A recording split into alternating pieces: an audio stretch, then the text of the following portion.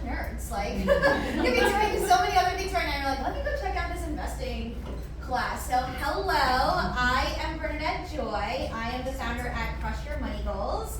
And this business was actually started at the beginning of the pandemic, March 2020. And my goal was to teach as many people as I could financial education based off of my own story and my own background. So I've been fortunate since then to have now taught several thousand people. I do live speaking engagements, I do classes, I do a lot of content with the brands that you see here. I get to do TV and all sorts of fun stuff, but my favorite things is to come into these work environments because I used to be an HR manager before I did all of this, and I used to be the person that would have to like gather people up and be like, please come to my the thing that I set up for the employees.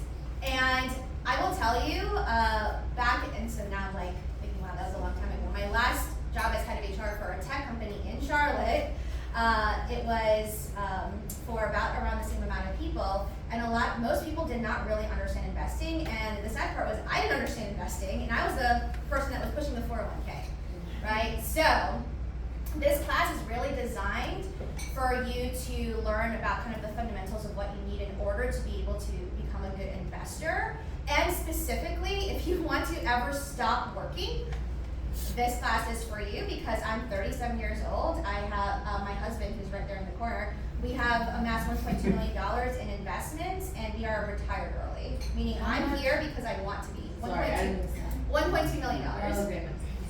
So I'm sorry, but I'm not the average 401k bro that's gonna be here and be like, hey guys, like just put your money in the investments and blah, blah, blah. Like I'm here to teach you like how I did that myself, so that one day, if you do come to work, it's because you want to, not because you have to. Does that sound good? Snaps. Yes! You guys came to the right class today. So, just some acknowledgements from the beginning. Let's address the elephants in the room here. The world is freaking weird right now. Let's be honest. And there is so much noise, not just when it comes to investment, just money in general. How many of you guys have heard about like inflation right now? How many of you guys have heard about like student loan forgiveness right now? Like, there's so much stuff to listen to. And so if you are overwhelmed in managing any sort of money, it's not because something's wrong with you. It's because there is so much stuff to pay attention to that any average person, come on in, any average person would be overwhelmed, right? So come over here. Don't be in the corner by yourself. Is there a chair? Yes. Oh, yes. I think. He's got a rice dish. That's going to be tricky. I would smell your computer. Oh, yeah. Yeah, well, now the rice dish is in here, yeah. He's like, I'm invested in that lunch. Don't get your rice dish.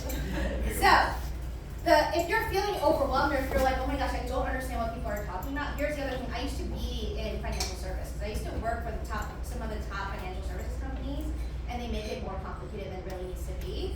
Because if you realize how simple some of this stuff is, you would realize you actually don't need most of them.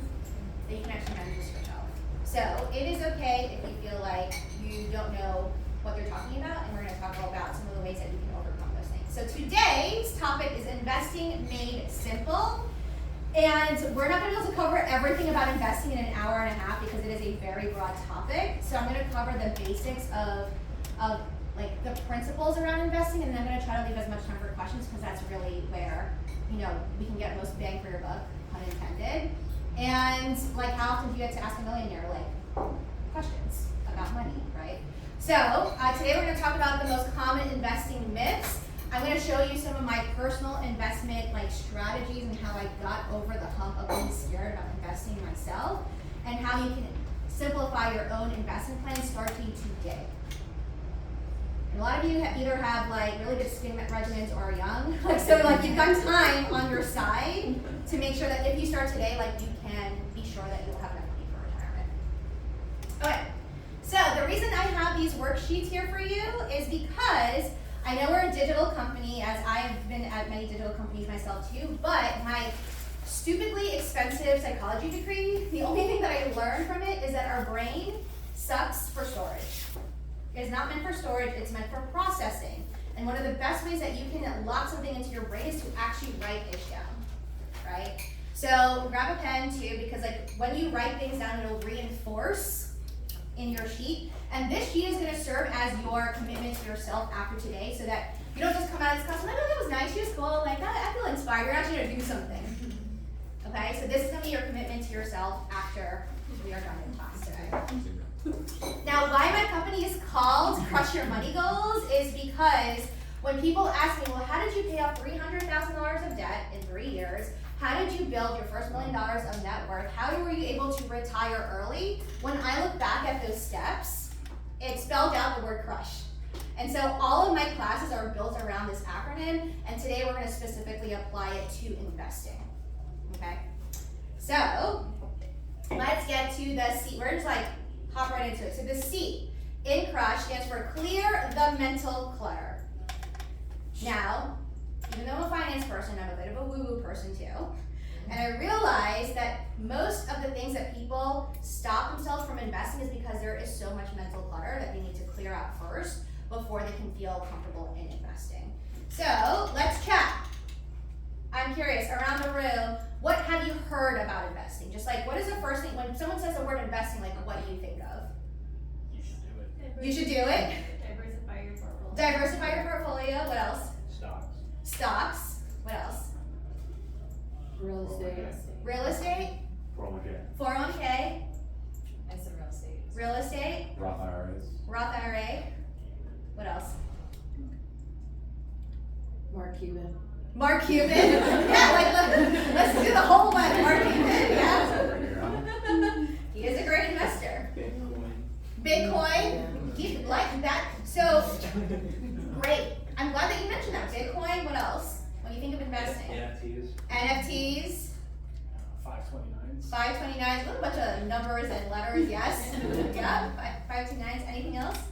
Start young. Start young. Oh, someone say, oh, hi. Hi. Yes. Go ahead. What's your thought? Robinhood. Robinhood. Right? Thank you. Oh, thank you for reminding me. There's people here online too. Robinhood. So let me, Coinbase, right? So there's a lot of different stuff that's, so none of you are new to investing. Because all of you have heard something about it. But how many of you guys thought investing, did you think the word simple, or easy, or peaceful, or possible, right? Like, notice a lot of things that you guys said is, you know, the stuff that we hear, like on the news and everything. But part of what I want to help challenge all of you today is to think like, you know what, investing isn't so damn hard. I don't know all the acronyms that people threw out there, but I can do it too, right? So here are some other things that I often hear people say. Number one, they say investing in the stock market is complicated. How many of you guys feel like investing in the stock market feels complicated? Yeah. There's a lot of stocks. By the way, I am a huge K-pop fan, so there will be a reference to BTS at least one time in every class. And literally, here's a true story. My husband and I closed on our last real estate property, and we have all this money kind of sitting in the bank account from this. The day after, an ETF, which is like a way that you can buy things on the stock market, opened up for, you know what the ticker symbol is? K-pop.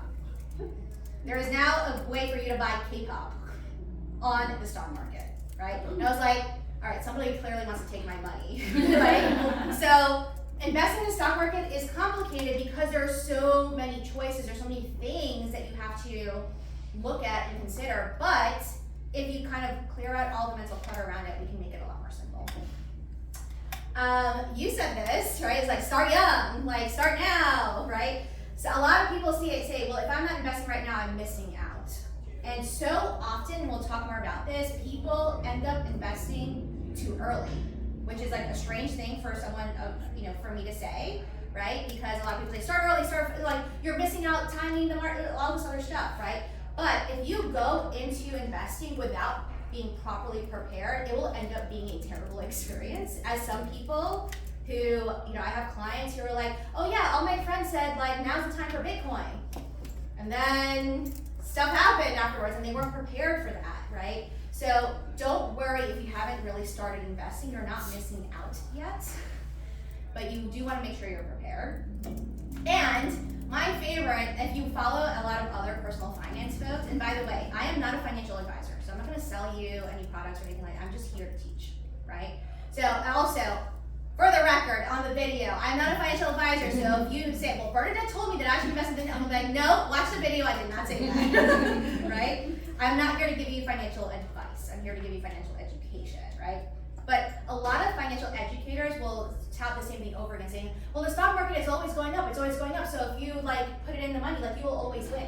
That's not always necessarily true, depending on when you came into the market, when you came out of the market, and so you want to be clear about what your investment strategy is.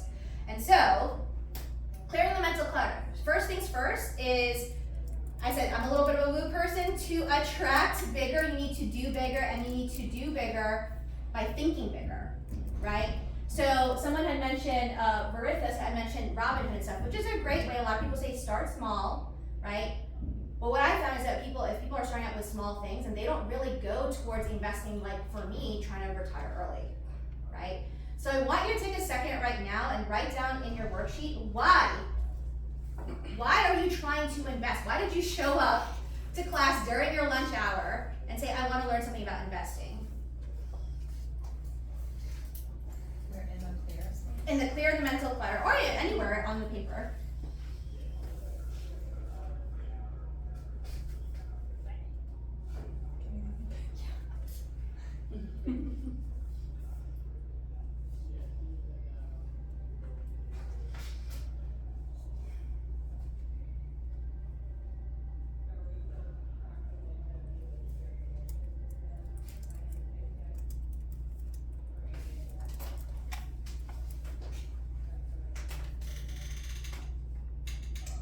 For those of you who like already put your pens down and stuff, does anyone mind sharing? Like what did you write? I wrote, better understand the impact my investment behavior can have on my family's future.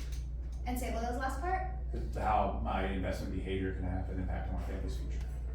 Oh man, ooh, I just got goosebumps in that. Yes. Do you mind sharing? What did you write? I just put it to make my money grow. Make my money grow. Make my money work for me. What else? What else did y'all write?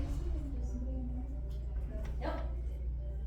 I can say mine. I Yeah. said I want to move my savings in a smart way that will double and then double that and then double Oh, that. I want to keep on doubling. I like that.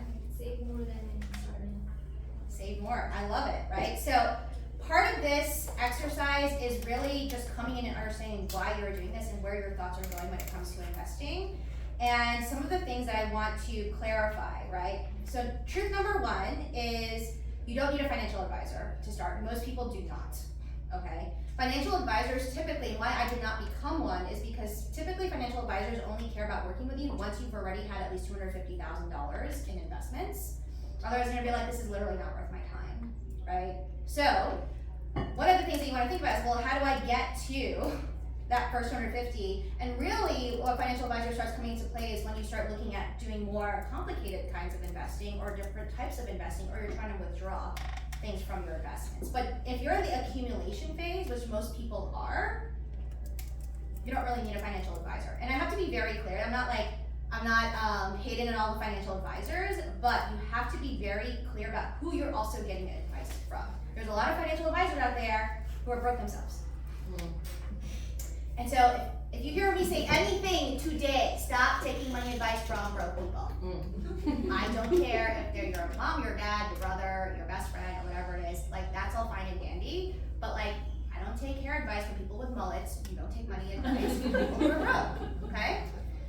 Number two, do not rush. Do the steps in the right order. There is an order to doing things. And a lot of people will go into like a Robinhood first, not realizing that there was a better way to go about that than Robinhood. So we'll talk a little bit more about that. And one of the things that has been so interesting to me, so this is Heather. She came to my first Skill Pop class back in February 2020. And she has been a client with me ever since. And initially she came in because she wanted to work on paying down her debt and starting to set up things for her now college-age kids and all that stuff. And since then, she has grown like multiple six figures working together in the last 2 years. And there is a combination of paying down debt, which I will talk about why I'm such a strong proponent for that before you go into investing. But then now she's doing things like being part of a PE equity company that is doing more than just investing in the stock market. She's doing like some cool shit.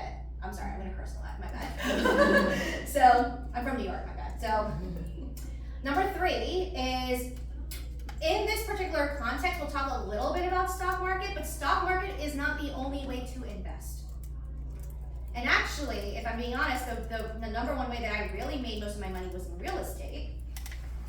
But stock market is a great way to learn some of the basic principles of what you need in order to become a great investor down the road. And so a lot of people will show this slide. This is from the Motley Fool, which is one of the sites that gives you like stock picks and all this other stuff. And generally speaking, I'm not a fan of just doing individual stock picks, but I do like that they, generally speaking, if you stay in the market, then you will make money. But you have to stay in the market for a long time. And the hardest part of staying in the market is times like we're in right now, where literally yesterday I lost 14% in one day. So a lot of people are not prepared to do investing because unless you're ready to also ride those highs and lows, then staying in the market is going to be what's really hard. So let us talk about the R in Crush, which is reverse into one goal. Reverse into one goal. So, raise of hands. Have you invested in the past? Ah, okay. So let me ask, what did you invest in? Stocks. Stocks. What else? 401k. 401k. What else? Roth IRA. Roth. Bitcoin. Anything else? Real estate. Real estate. Crypto. I love you. Crypto, yes. Crypto, yes, right? And all of you probably went into that thing with the mindset that is very similar. So like, let's strip back the definition of investing. A lot of people will just make stock market synonymous with investing. But investing is really just spending any money with the expectation of achieving more money or a material result than what you put in, right? So if we strip that back, chances are you have done more investing than just the 401k than just the stock market. If you had a savings account, even though it's a tiny bit, you put the money in the savings account thinking that there's going to be a little bit more money coming out of it for doing nothing, right? By the way, one of my favorite tools, high yield savings account. Start there with putting your investing money in there and let it grow a little bit, and then as you're putting money into investing, right? Many of you probably paid for education. That was the biggest investment that most people have made, especially like, Gen Z, millennials, right? Like we paid a lot of freaking money for those degrees. The thought was when you paid for that degree, it's like, well, whatever I'm paying for this degree, I should be getting more money out of it. Unless you did like a philosophy degree or something like that. Sorry, right? But maybe it's something as simple as you bought something and it became worth more, right? So like, one of the things that I am not shy about, even though I'm a debt-free person, is like, I love luxury handbags. And I like that they actually maintain value. Certain ones, not all of them, but certain ones. And I have the expectation that maybe it will actually be worth more someday if it becomes a rare thing. I also, like I said, I grew up in New York, and so I was a big sneakerhead, right? So like, sometimes I would get those collector Jordans, and maybe like one day I would resell it, right? Many people think about a home, right, as an investment, and as I spoke earlier, real estate has been a primary way for me to make money, not through like rental properties, but actually buying homes really smartly over the last 3 years. And then many of you talked about things like 401k, but also insurance is another example. Like you're putting money into insurance thinking that like when you need it, you will get more money out of it than what you put in, right? So the question then becomes, when you did all this stuff, did you have one clear goal when you did all these things? So she's like shaking her head and she's like, no, I didn't. Most people don't. They're just like, well, maybe I'll just make a little bit more money. Someone told me it's a good thing. Like, I think I should be doing this. But why are you doing it? And where people get really screwed up on investing is like, you need to have one clear goal. If you're trying to balance too many goals, like psychology degree, again, taught me, we're not good multitaskers. One thing at a time.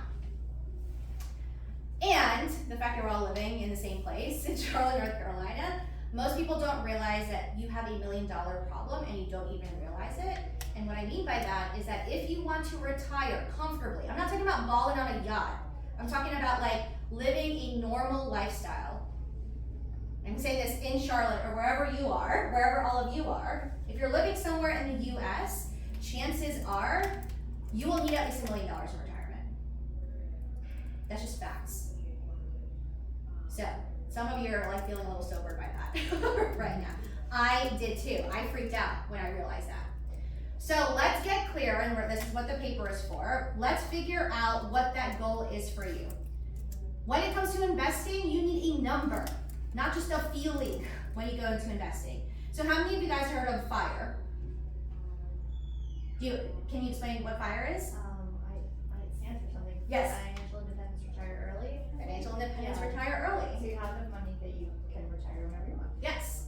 So when I say that I'm retired early, it's because I literally calculated the number that I would need in order to be able to not work. So retirement is not an age, it is an actual number, dollar number. So here is how we're going to start the rough calculation today. It's not going to be perfect, so everyone take your pen, paper, your phone if you need to do it. So number one, write down number one. How much do you spend in a month? Give or take. This is where we start hearing the oh no. Give or take. Round number right now. This is not going to be exact. If it's your whole paycheck, then you know it's your whole paycheck. How much do you spend? If we have, dependents like children and things like that who will no longer be depending on us hopefully at some point, how do we factor that into our retirement number? For the sake of simplicity, since investing Yeah. made simple today, just calculate the number as of today. As of the number as of today, because the beauty is once those kids roll off, then your number is going to get smaller and smaller, hopefully. That's the plan. That's the hope, right? How much do you spend in a month? So like, are you factoring in like money, if we're actively already putting money into savings each month, that does not count as an expense, right? So anything that's. Things to live your overhead. life. Gotcha.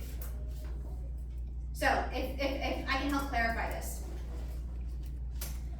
I put things into 3 categories. This is actually an entire other skill pop class. But in budgeting, I talk about 3 main categories. Survive is everything that you need in order to just live your basic life. So mortgage or rent, food, transportation, utilities, and health. Right? So when I say health, it's like the things that you get at Target, like toilet paper and shampoo and whatever. And then there's revive, if you want to add that in, and that's things that you spend on that you don't have to, but you want to, like your kids' camps or whatever, So write down what is the approximate number that you spend in a month. Could be $5,000, $6,000, $7,000. Okay. Step 2. Take that number by month and multiply it by 12. So if you had $5,000 and multiply it by 12.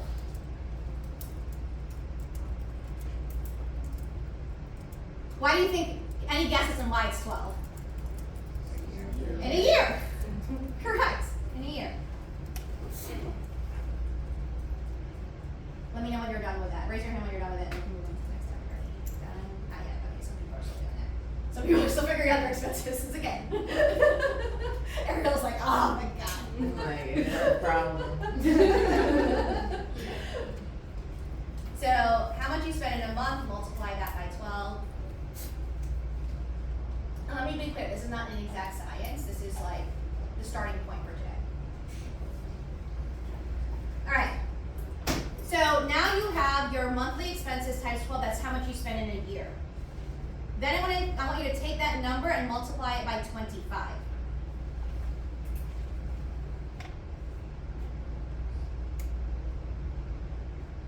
It's like right at $1 million. Yeah, mine too. She looked up at me, she's like,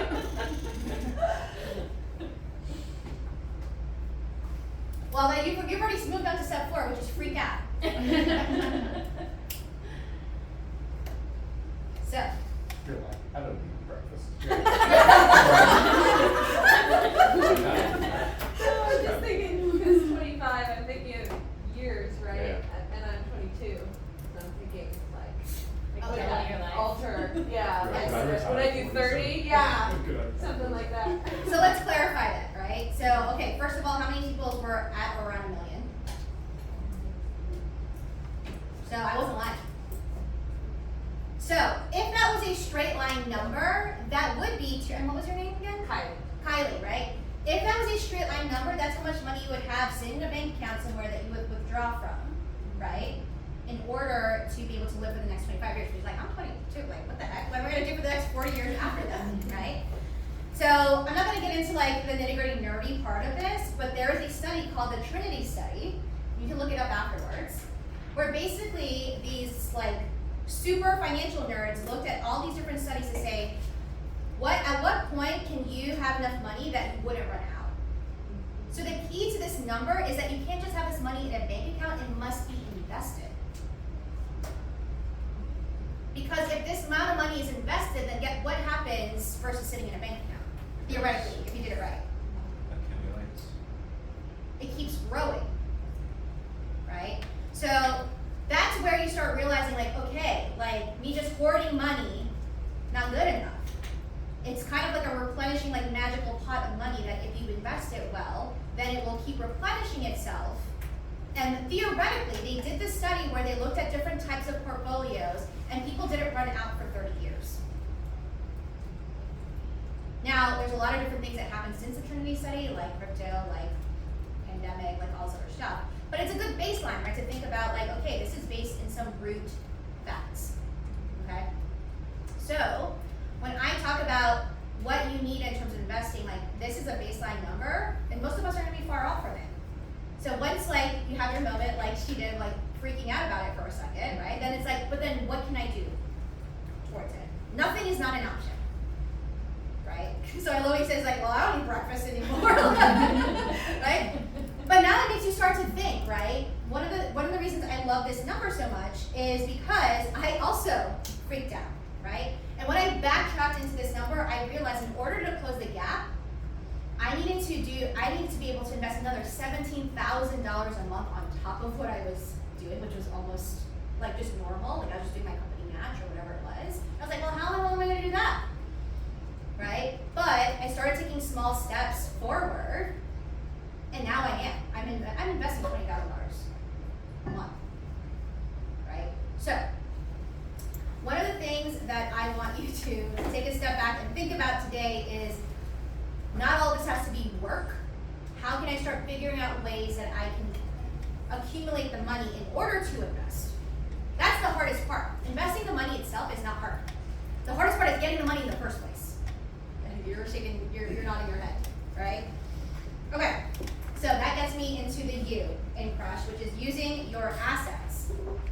So, before you invest, I want you to answer these questions, yes or no. If you say no to any of these questions, then that is where you start your plan today. Okay?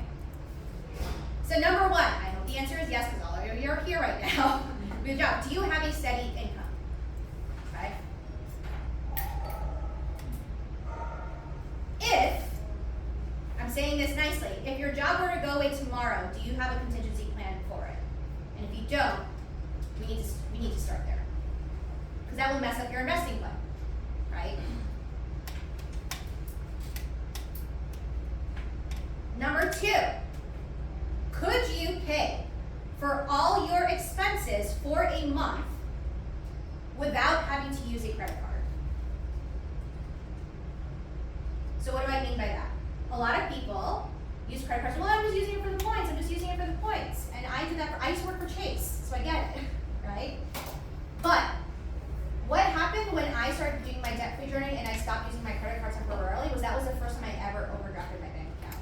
Because then it became very clear to me that I was spending more than what was actually being timed with what was coming into my bank account. It was masking the difference in my income versus what I could actually save. Before you did that, did you try like tracking your expense like we use Mint in our house, like Yep. that stuff, and you're still overspending? Yes. Yes. Handbags. Handbags, they'll get you, right? But like I was spent, like it was like the little things that were adding up on there, right? And then number three, do you know your net worth as of today? So I'm assuming you do because you use Mint already, right? I mean, they fudge. They treat the houses as there's no debt on it, so it's not real net worth. They Okay. keep track of the So house. let's discuss this. So I'm glad that So I use Mint as well. So Mint, I highly recommend. And before you invest, you have to know how much money you have to invest. And most people, and I'm gonna say especially my clients who are women, have no idea what their net worth is. They've never calculated it. So what is net worth? Net worth is simply everything that you own minus everything that you owe. Okay? So, everything that you own, you know what, we have time, right? Oh yeah, I'm gonna show you my actual Mint. Let's do that. Let's do that.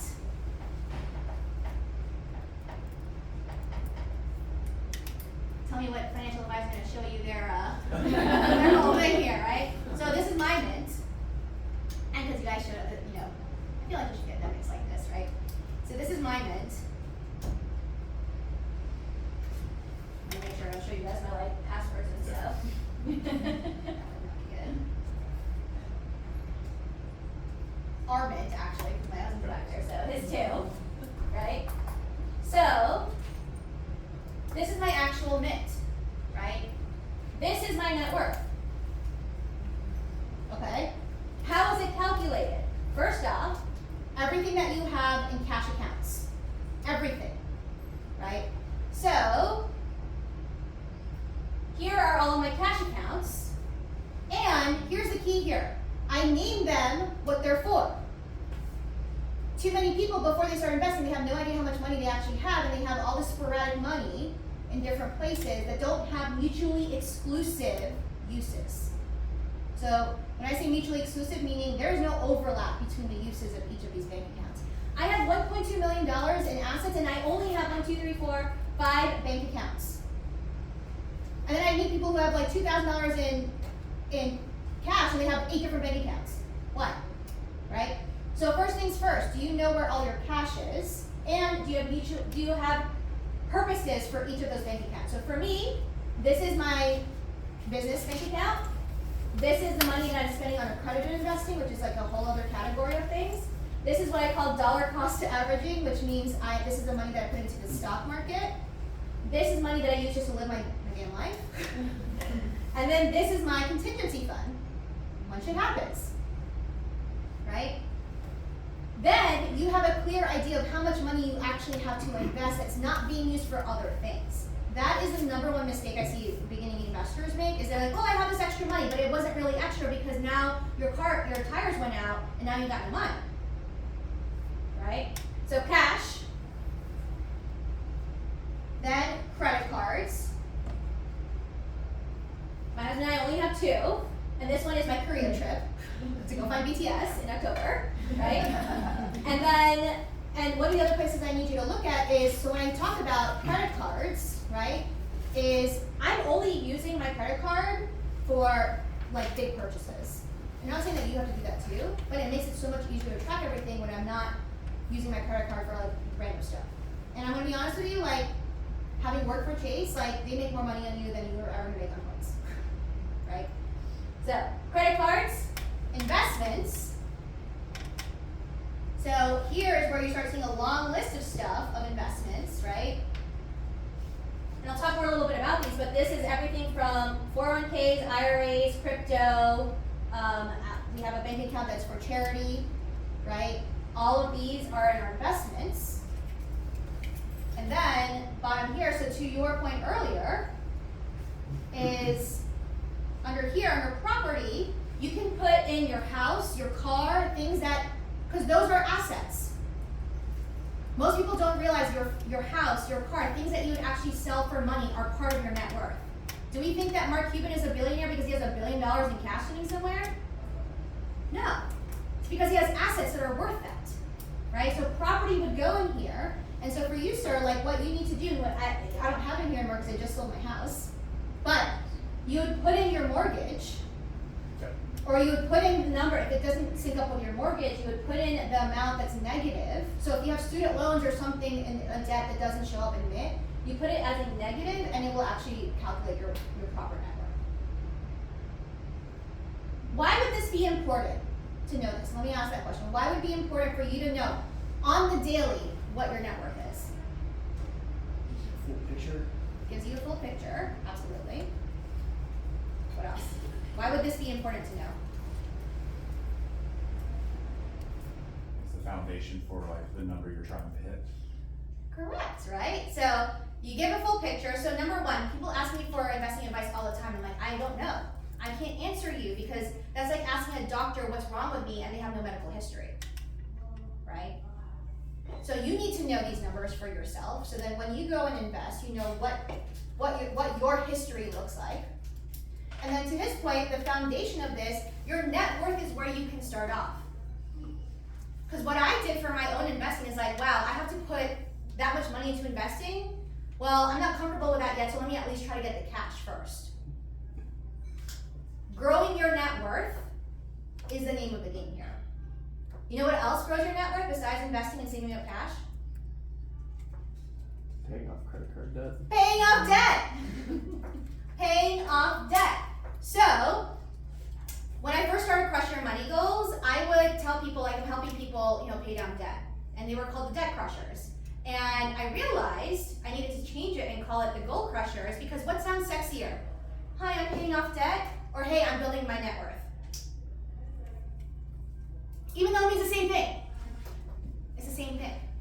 So if you're still in that phase where you still got debt, pay that off because it will grow your net worth, right? Because if it's negative, it becomes positive, right? Okay. This is, and then here's the other reason that it's important and why I like Mint specifically. Mint, you guys are getting like the keys to the kingdom here, right? Is Mint does all of this analytics that I read up about you guys. You guys love your data. Don't be making $10,000, $100,000, $1 million decisions with no data, right? So I use this to track my own data, right? And so I've had this for like the last 2.5 years, but like you can see here, this is the actual fluctuation of my net worth over the last 6 months. If you look here, in April, it was 1.2, and then in June, it went to 1.14. I didn't spend $60,000. It was because I look at it, I was like, something is going on with the market. Something is happening over there, maybe I need to pay attention, right?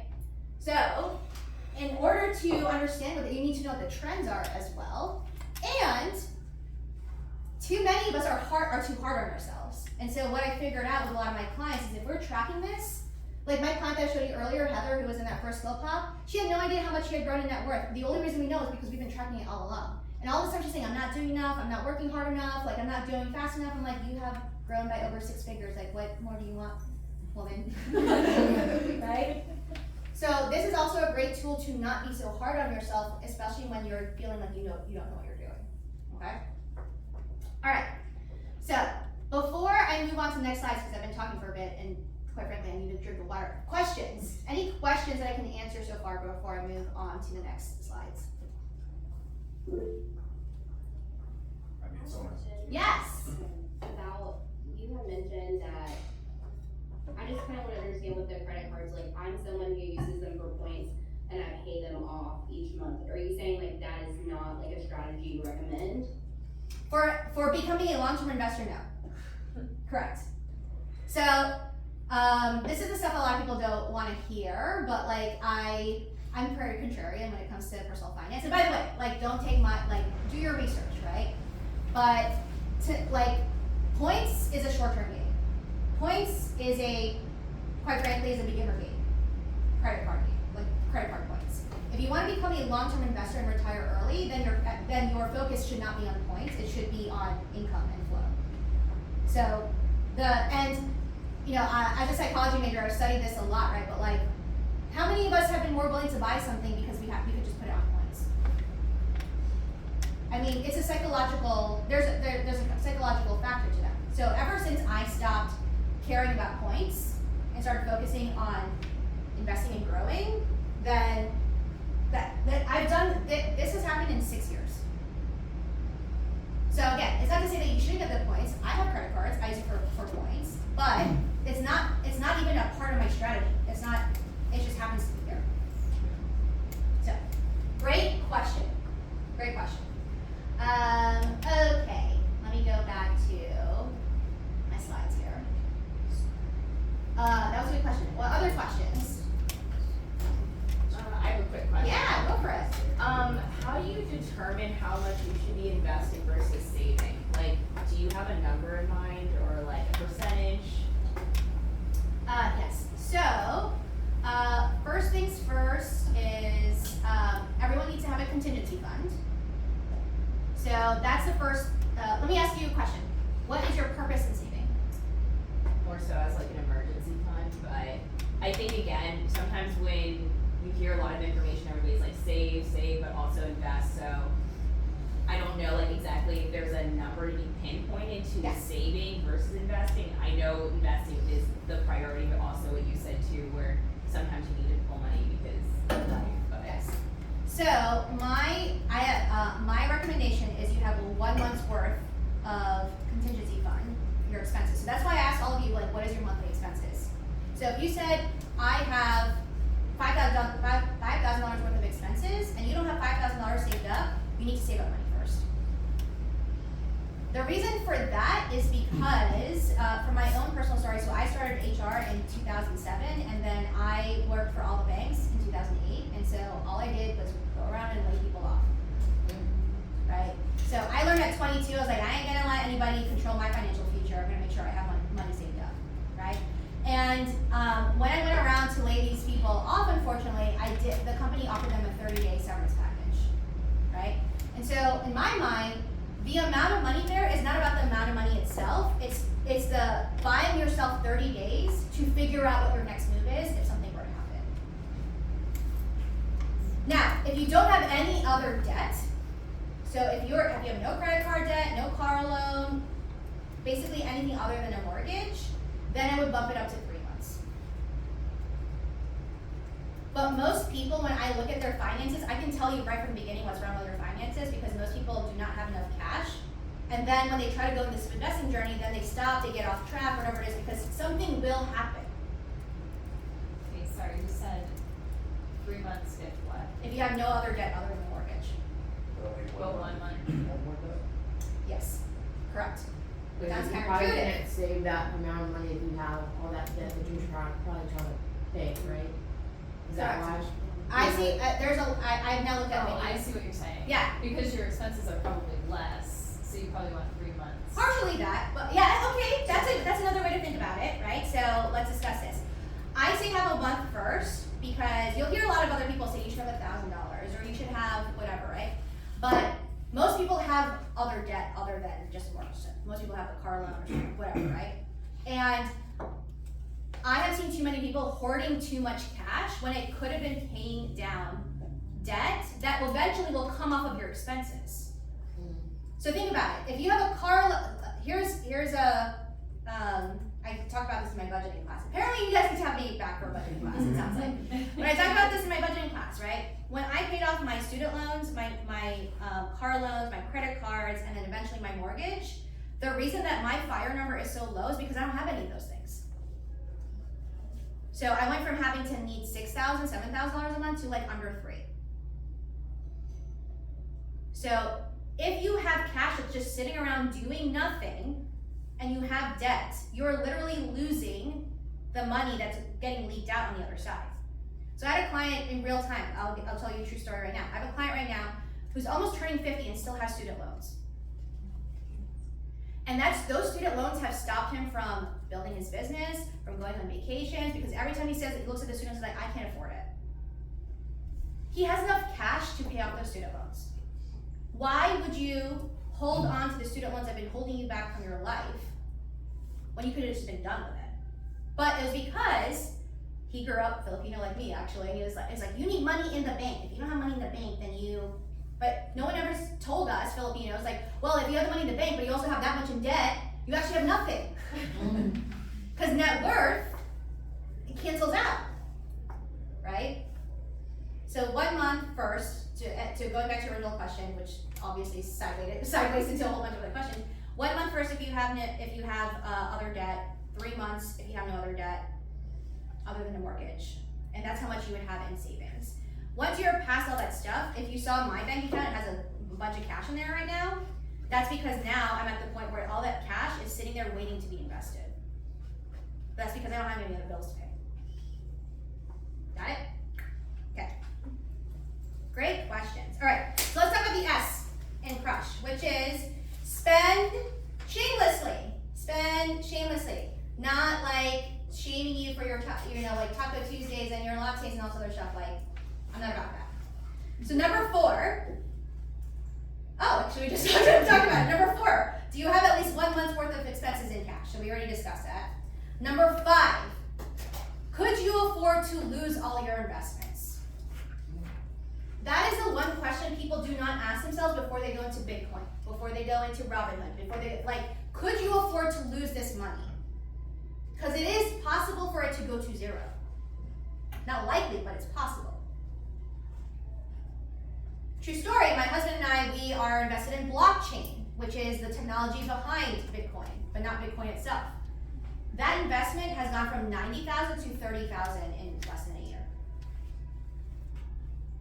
But I only put that money in because I can afford to lose it.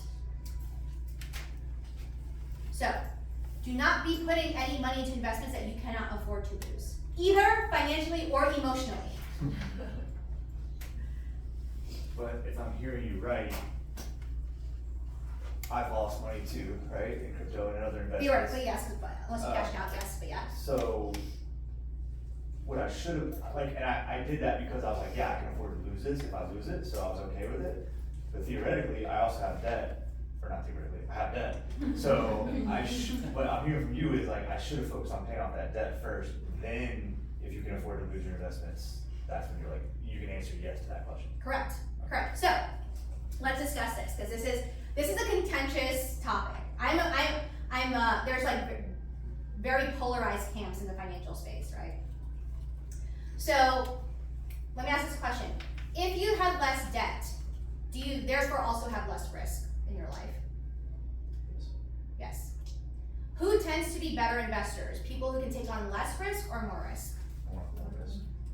That is the simplest way that I can clarify that for people. Paying down debt reduces the risk in your life, and therefore you can take on more risk in investing.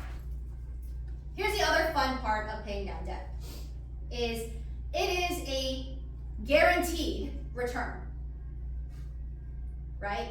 So if you have student loans that are at 10% interest rate and you pay down your student loans faster, you save yourself the 10%, there is no way that there's no downside to that. But there is not yet an investment that I have seen that can guarantee you a rate of return, right? Unless, one, it's like sketch, and we don't want to go there, right? CDs, yes, right?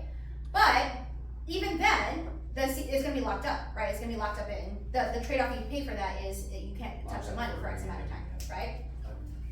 So, paying down debt for me was great training wheels to become a great investor because I was so used to throwing money at what felt like a black hole. So then once the debt was done, and that's the other piece, debt should be temporary. Most people are treating debt as though it's a long-term lifestyle. It should not be. I'm not saying that debt is bad. I'm saying that debt should not be forever. Right? So I got a lot of flack from people that are like, why are you paying off your mortgage? Your interest rate is only this percent, whatever. I'm like, this was 2019. I'm like, 2020, the pandemic hit, and I had no mortgage. And everyone else was freaking out and pulling money out, and I let my money sit there because I had no mortgage, right? So it was great training wheels. If you want more on that, if you look up Time, Bernadette Joy, I have a bunch of articles. I also have a podcast where I talk specifically about these topics, so you can look those up. And then here are just some examples of people that I've taught in the past who have all basically said one way or another. It's like they have been told by, and if you happen to know here, they're all women. They have been told by someone in their life, you should be investing, you should be doing this, you should be doing all those other things. And all 3 of them focus on paying down debt first, right? And Caitlin, she started paying off debt after a separation. Erin is a public school teacher in Chicago, and she paid off all of her student loans last year. And then Lindsay is an executive in New York City, and she paid off all of her credit card debt. And now all of them are investing full $20,500 in their 401ks because they can afford to now, right? So this leads me to the H part, in Crush, which is hustle smart, not hard. We've all been told that working hard will make you rich. No. Working smart will make you rich, right? So number 7, are you sticking to a monthly budget?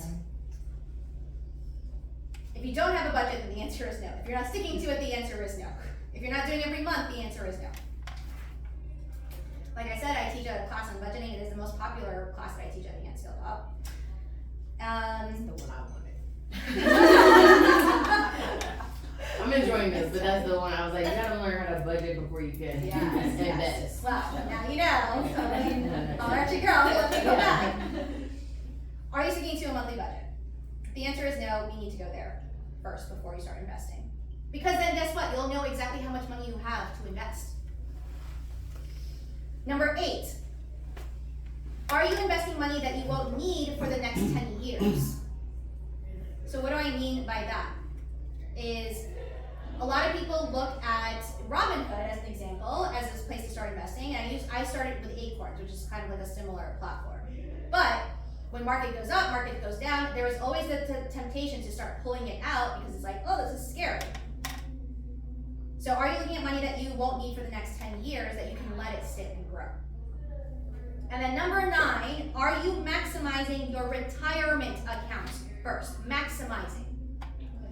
So do you know, like, obviously, like, when we have 4K, like, company matches 3%, like, we could go up to 9, but like, the match is 3, anything else on that would be, should we? Yeah. Let's discuss this. You're right on point here. So does your company have a 401k? The answer is yes, right? What's the match? 3. 3. How much is that in dollars for you? So it's a trick question because anytime I ask someone that question and I say, well, how much are you putting into your 401k? Everyone just tells me their percentage. No one actually knows what dollar amount they're putting in. Okay? You guys are so funny. This is why it was good for you guys to be in a circle, like around the table, give each other looks like you too.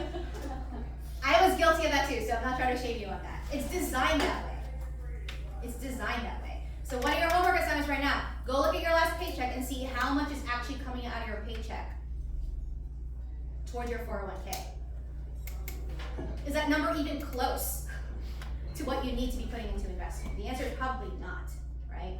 But I highly recommend before you go anywhere else, if you have a 401k, especially if it has a match, then you put the full amount. What is the full amount that you can put into a 401k? Does anyone know? For ours, like 9%. It's like, I think it's like 80 something, but it can go up to the limit, whatever it is, like 20,050, or if it's a Roth, it's a different number, so. Good for you. Good for you. Everyone thinks that the maximum is a percentage. The IRS states that you can put up to $20,500 into your 401k if you are under the age of 50. If you're over the age of 50, it's more than that. I don't remember, I think it's 50, it's another $7,000-ish around, right? But you can just Google, what is the maximum amount? So, when I say maximize your retirement account, it's not just up to the match, it's just not up to 9%, it is potentially up to $20,500 that you can put into your 401k. Why? Who likes paying more taxes? Raise the hands. Anybody? No. That's why you put it into the 401k. Because you can get, whatever you have in your 401k, you can buy in the stock market. But if you go into Robinhood and you buy the same stuff, you will have to pay taxes. It doesn't make sense, right? So, someone mentioned Roth versus traditional. Does anyone want to take a stab at what the difference is between Roth and traditional? Go ahead, sir. Fellow money nerd. Pre-tax and after-tax, so there's a certain income level. I forget what it is, but I think it's just below 200K or so in your gross income. And so for the company 401k, you get a choice. I chose Roth because I'm under that limit. Yeah. And I just want to be able to, when I retire and take that out, I don't want to pay taxes on anything. Yes. So let me clarify what he meant, because people say pre-tax and post-tax. When people say that to me, I still don't know what that meant, right? So traditional 401k means that when you put the money in, you are not paying the taxes now. So when you go and you file your taxes for next year, it will reduce the amount you get taxed on by the amount you put into your 401k. So if you put $20,500 into your 401k, as an example, on your return next year, if you put that whole amount during the year, you will remove $20,500 from being taxed. That's a good chunk of money to not be taxed on. Roth says that you're paying the taxes now, but when you take the money out, you won't have to pay the taxes later. But here's the kicker about Roth. With a Roth, all the money that it earns also becomes tax-free. Say that again, sorry. All of the money that your money grows in a Roth will also be tax-free. Meaning that if you put in $20,500 now and it grows to $100,000, the $100,000 will not be taxed. So this is not investment advice, but which one sounds nicer? And a lot of companies don't have that option. So if you have that option, consider it. We do have that option, Yes. but you can choose, especially people who are new, like after 60 days, you should be able to join the company 401k plan, and then at least do like, I would recommend at least 3% to get that match. Yes. Right. And also the thing about it is if taxes increase, or whatever, you're also protecting yourself against. Exactly, right? Now, here is, one of the things that I want you guys to think about. Aside from the 401k, everyone has options in an IRA, right? So an IRA does the same thing. It has a Roth option, it has a traditional option, but the difference is you can only put up to $6,000 if you're under the age of 50, and $7,000 if you're over the age of 50. But it's also a great place to start. And an IRA is great if you want to invest in something specific. You want to go do Bitcoin? You can do Bitcoin in an IRA. You want to go do real estate? You can do real estate in an IRA. You can invest in other things. The limit on a 401k is that you only get to invest in things that the company chose, right, as part of your options. You can't invest in anything you want, but they generally have good options. And I like 401ks because working from financial services before, like, we're not trying to cause people hassle, right? We're not trying to put people into risky investments, right? So generally speaking, things that you see in a 401k are going to be pretty safe, quote unquote, right? But if you do an IRA, like, I'll help you break this, right? So it's not that complicated. So with a Roth IRA, if you just decided to save $16.45 every day for a year, and you put it into an IRA, and you let it just sit there and grow, even if you did nothing else, just for 1 year, put in the max of $6,000, and you just let it sit there, 22, let it sit there until you're 52, and it grows at 10%, you'll have $104,000. If you put it into a Roth, the $104,000 is tax-free. It's not that complicated, right? The hard part is, where am I going to get the $16.45 every day? And even that, I'm sure you guys can all think of something that's $16.45 today. That ramen, Dang, Robin! Not me, right? So, I say this to you guys because when we think about investing, we want to start small in terms of like maybe where we're finding the money, but where you're putting it into can make a really big difference versus just putting it into anything willy-nilly, right? Okay, so let me recap here. So crush, clear the mental clutter. Let's remind ourselves, why are we doing this? Now that you've had this session, I want you to write down, is there another now you're thinking like, okay, what other mental clutter do I gotta clear after today? Write it down.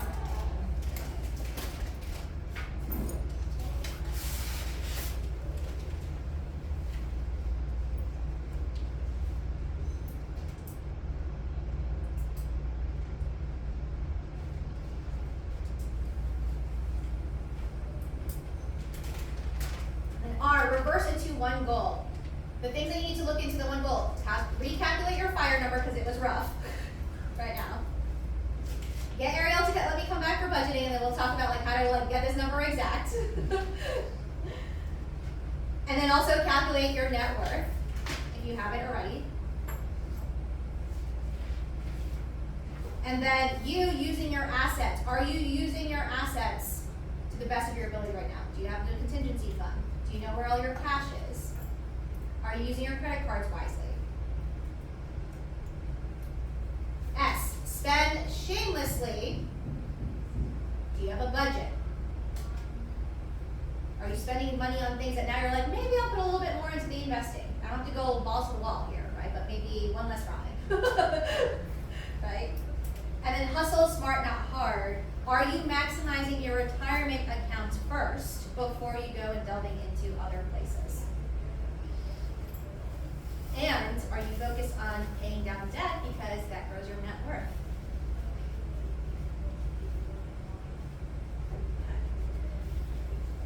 So, since we're all friends here right now in the room, I'm just gonna, around the room, like, let's hold each other accountable today. So I'm gonna ask, what is one thing that you're gonna focus on in the next 30 days? And there's no, like, wrong answers, there's no judging what people are saying. Like, let's just say out loud. So, go ahead, I'll start I with you. need to reassess the budget, because I've been needing to do that for months, so. Well, good, I'm glad you came today then. What about you?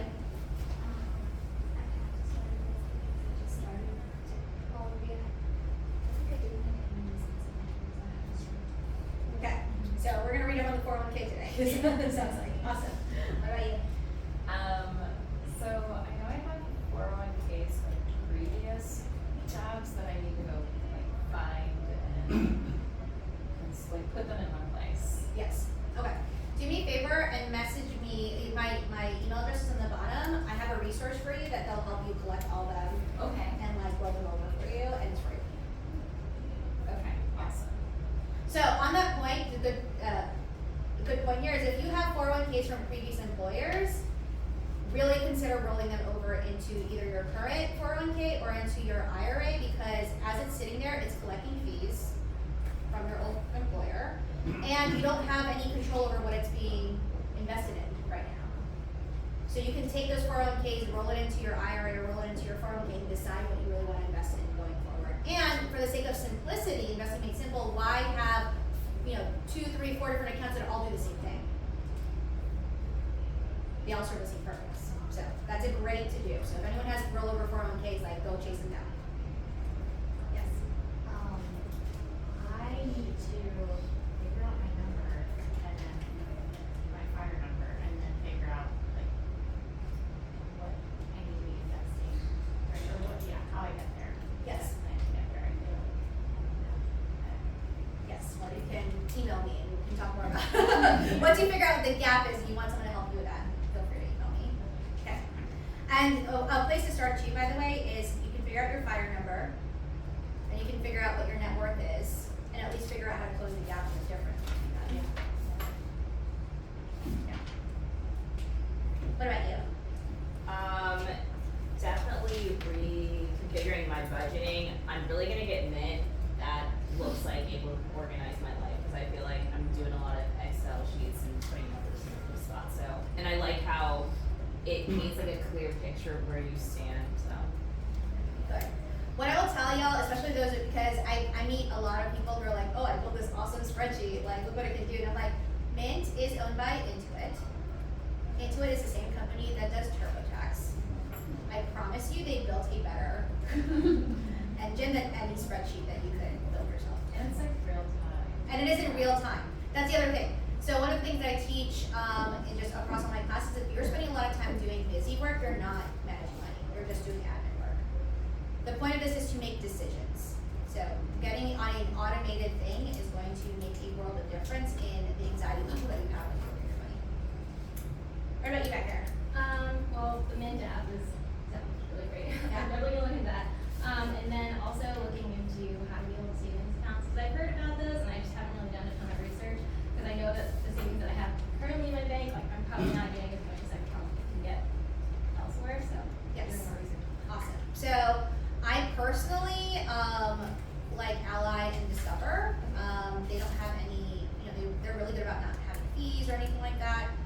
customer service is like way better. I know we live in Charlotte, but I hate you, okay? I hate Wells. The high yield savings account, by the way, that's a great place to store your contingency fund. And I like to have it separate from my other things because it's kind of like break glass. Like actually a lot of my clients call their thing like break glass. Like I'm only going in here if I absolutely need to.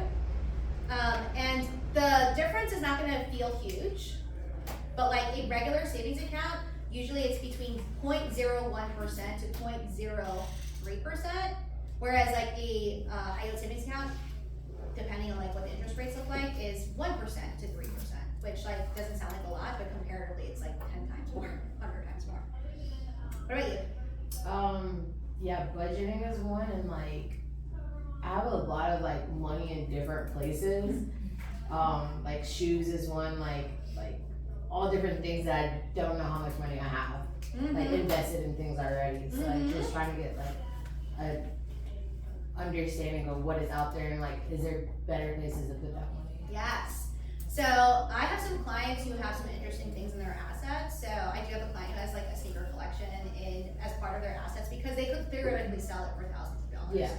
I also have a client who has like a collectible whiskey collection, and that is worth more than her other investments. Yeah. Those count because the way you want to think about it is if push came to shove, like you needed to access and liquidate cash, where would you go? You have to include all of those things. So, for example, for me though, like the only thing that's, like my engagement ring is not on it, even though it's worth a lot of money because I wouldn't sell it, right? So it's not all the things, but the things that you'd be willing to sell. Yeah. Well, not my personal sneakers. These are sneakers that I sell. So like, I'm not giving her my personal. Yeah, exactly. So that's not in the number. Yeah, so exactly. Your personal sneakers are over here. The ones that you're selling are inside. exactly. Should be inside mint. Yeah. Should be inside. That's a plug in case you wanna buy her sneakers. I know. I'm a size 7.5. Kylie, what about you? Budgeting for sure. Fresh out of college, so student loan debt, focusing on that first. And yeah, I think reanalyzing like what I can afford to lose and risk. So, and you? Yeah, I think downloading Met would be a good step for me. Something I've thought about before. We do, and then soon I'll be working with the 401k and Love it. rolling 5 or whatever. Roll over. Okay, email me too. I'll send you the resource. Actually, I think I have it in here somewhere. So. Yeah, mine's just definitely paying off debt. I mean, I've started investing and, done okay, but, good lesson today on paying off debt and focusing on that. Good, good. And you? I have the Mint app, but I have to dust it off because I haven't used it for quite a while. Yeah. So, and then I need to figure out my fire number and my net worth. And, Awesome. I recommend you just use the browser version. The Mint app is a pain in the ass Yeah. on the phone. but I would highly recommend- download it. The browser's great. Agreed.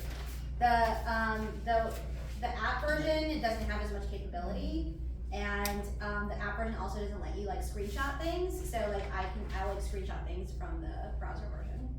What about you? I've completely overlooked actually creating an emergency savings and just doing retirement pretty much exclusively, which is kind of a problem now because I need stuff. Like I took this like data boot camp class that like isn't interest. It hasn't accumulated interest, but I have to pay like $400 off every month, and I'm like, I don't really budget and factor that in. Did you start taking that when you were working here? No, this was like really to like get trained up in No, data. so you don't pay for that. Yeah, but it was like $10,000 for this like 6-month boot camp. So, but like it's paid off by getting me the job and in the field that I want to be. Right. In. So, but yeah, I mean, yeah, like I said, like I feel like I've done a great job with retirement, but there's so many pieces of life that I just didn't account for, like what I need now, and like being married, and just like stuff has gone wrong. Like a couple months ago, like our car like completely failed, and like I had to like pay a couple $1,000 for repairs. Yeah. Didn't factor that in. Yeah. So- So I think that's a great thing. First of all, thank you for sharing that because like I hear a lot of people who like squirrel away all the money in retirement, and then shit happens in real life, and it's stressful. right? And so all of my clients have told me, well, like this happened and this happened, that's why I haven't been able to invest. I'm like, all right, let me explain something to y'all. While I was paying down debt, my washing machine exploded, my microwave like went out, our roof leaked, right? And I had to replace all of the tires on my car, right? All those things happened to me too, but I kept going because I had contingency fund in place, and I was like, this is what it was there for. I'm not stressed about it because I didn't double dip it into something else, right? So contingency fund is super important, and I purposefully call it a contingency fund and not an emergency fund because no one has to be dying for you to use it. If you like, oh my gosh, this great opportunity came up for a boot camp and it really would help propel my career, then that's what you would use the fund for. That's why mine says when shit happens. It's not just shit actually. It's like when anything happens and I want to do it. And then how do you build that back up? So Yes, like- then you would put that back into your budget to build it back up, which is a whole other thing. I think you're the last one. What is one thing you're holding yourself accountable to in the next 30 days? This is good because my oldest daughter just got out of daycare and got some money back in her accounts, but then we're immediately like, all right, she already has 529, do we just put most of that into 529? Do we set the Roth IRA, which makes more flexibility, so it's not tied to education? So it's helpful too to think about just like long-term like flexibility versus like being so focused on one goal, you're losing sight of like the idea like life may change. My daughter may not want to go to college, may not have to. Yes. So, I need that check. again, not a financial advisor, but a lot of people overlook doing custodial IRAs or doing IRAs for their kids versus a 529. And I'm gonna be honest, with someone with like 2 bachelor's and a master's degree, I think people who have kids now, college is gonna look very different. And my husband and I, we don't have kids, but we have a lot of nieces and nephews. I'm like the rich auntie. And like instead of doing 529s, we actually started switching over into other investments for them because I don't also, and this is like a personal thing, but I don't want to put the pressure on them that they have to go to college if they can go to a boot camp and get paid 6 figures to become like a software engineer, right? Like there's a lot that's going to change. So having flexibility. And I have a lot of clients who are like have put money into a 529 and the kid didn't go to college or they didn't finish college or whatever it is, and now the money's like, what do we do, you know? So consider that. All right. So last things, so if you go to my website, crushyourmoneygoals.com, I have a free guide for you. It's at the top and it includes the resources for the rollovers, Mint, the other apps that I personally use. I also have some other articles that you can read, like some of the ones that I discussed today. And then if you're into podcasts or books, I share like my favorite books and podcasts in there as well. So you can grab that guide at crushyourmoneygoals.com. And then, I don't know, oh, okay. I must be on a different presentation. I have 2 notes.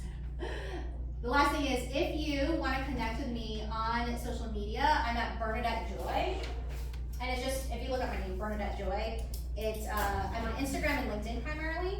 And I love hearing from people who come through my Skill Pop classes. I just had someone who took my Skill Pop class 2 years ago and just messaged me now and said she's paid off $30,000 of debt and she's investing like fully in her IRA. And that was from like 2 years ago. So please keep me posted on how you're doing and let me know how I can support you. So we have like 10 minutes. Let me anyone on the virtual have a question? I forgot to ask you guys. So Kayla or Maritha or Caroline, all are good? Oh, go ahead, Caroline. I guess this is a question for you. Like, I feel like I struggle sometimes with trying to be like, all right, do I want to put more money into my 401k or do I want to save it because maybe there's a big trip that might come up that I'm like, yes, I want to like, spend a little bit extra money or something. Like, how do you kind of think through those type of scenarios and like what you should be doing, but also living your life? Yes. So the short answer is my budgeting class, unfortunately, because that budgeting class is literally based around the idea that you have to live your life, also pay for the things that you need to, and also start investing. But the basic version of what I can tell you is if you're looking at that every month and you decided what is the kind of one thing that you're working on, it makes a lot of decisions easier. So typically once people get on a budgeting routine, like the way that I teach, not like, so far I've been told everyone says that the way that I do budgeting is like very different from anything that they've seen before because it balances out those 3 areas. what I can first say for you in the short term, because it sounds like it doesn't sound like a hypothetical question, is figure out how much money you need for that short-term thing. So for me, a real-time example, AJ and I are going to Korea in October, and it was going to cost us 12 grand. We did our research, and it was like, not going to be cheap. It's going to be $12,000 for us to go. And so we started planning for that and saving up the money, $1,000 every month, to put it towards it, and then we set it aside as a separate. That's what you see in my my cash accounts as a separate category for us to be saving towards in the short term, and then we also have our separate pocket for investing. So that is an entire session, so we can talk more about that. Or if you guys want to learn more from me, like outside of today's class, like you can hit me up on any of the platforms. So good question. Anyone else on the line who had a question? In the room. I have a question. Yes. So you talked about, you kept mentioning your clients. So you're not a financial advisor, but like what do you do with clients? Yeah, so I run a financial education company, so I have my own like academy, so people come in either as a student or as a client. Students come into classes, so like classes like this, and I teach on different topics, and that's like a monthly thing that people join. And then I have clients who are working with me one-on-one, who are working on specific goals, and most of them are are trying to work towards FIRE. And they could be 5 years out, they could be 20 years out. But the point is, like, I work with people who are like, do you want to reach your FIRE goal, yes or no? Then I work with them one-on-one, and we meet every week, and we work towards those goals. And depending on what your situation is, like, the plan will vary, but there's a whole structure on it. Yeah. I was curious if you did like one-on-one. I did. Like not necessarily like, this is the stock you should invest in, but more so like, this is how to get your life organized. Yes. I literally work with people one-on-one to organize your entire financial picture, and then I might outsource out to like an investment advisor if you're at the point of that. Most people are not when they get into it. And I will also like kind of help navigate conversations between like you and your investment advisor, your tax person, like all these other people, because what I figured out is a lot of people are not asking the right questions. And so I will literally get on the phone with someone's tax person and be like, this doesn't make sense. Like, or going to the investment advisor saying, like, you put this person on a plan to retire in 40 years, but she's trying to get there in 10. Right? So like, something needs to change. The way that I pin it is very similar to like a doctor kind of thing, even though I'm not a doctor, right? Is like, I'm a kind of the general practitioner, and then I'll form out to specialists. But I'll know your entire history. Good question. Yes? We talk about like real estate being like the kind of like bulk of your investment kind of growth. Are you talking about flipping houses, like properties you rent out for passive income? Yeah. So I teach another class on how to buy and own your home. And so for me and AJ, we specifically bought 3 primary residences over the last 7 or 8 years, but we bought them kind of untraditionally, as in like, we didn't do a 30-year mortgage, like we paid them off in full. And for the first home, we bought it, then we moved into our second home, we rented it out, so it became a rental property. Then we bought the second home when we moved to Asheville last year. You did that as an Airbnb. And then this third one we just sold kind of outright. We did no flipping, really. But the tricks and everything that we've done in the real estate piece is buying kind of against traditional advice. And it's been interesting because a lot of people in the personal finance world will debate as to whether or not your primary residence is an investment or not. But I would say 50 plus 250, 300 plus 50, 400K of our money has come from just selling those properties.